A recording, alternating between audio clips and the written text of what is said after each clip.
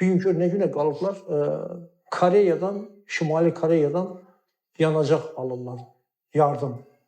Yanacaq çatmır. Ukraynanın pilotsuz uçuş aparatları tərəfindən 13-14 demək, neft emalı müəssisəsi vurulub, sıradan çıxarılıb. Onsuz da bu müəssisələr bərbad gündə idi, yeri gəlmişkən. Müasir texnologiyalarla işləmirdilər, köhnə texnologiyalarla işləyirdilər. Yəni pul yox idi ki, o texnologiyaları dəyişdirib, müasir texnologiyaları tətbiq eləsinlər.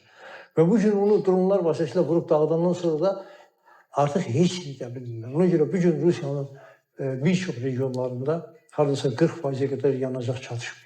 Aha, əvvəl 30% idi. Yəni artıq 40%, 38-40% gəlib çatıbdır. Krımda ümumiyyətlə vəziyyət bərbaddır. Yoxdur, yanacaq yoxdur.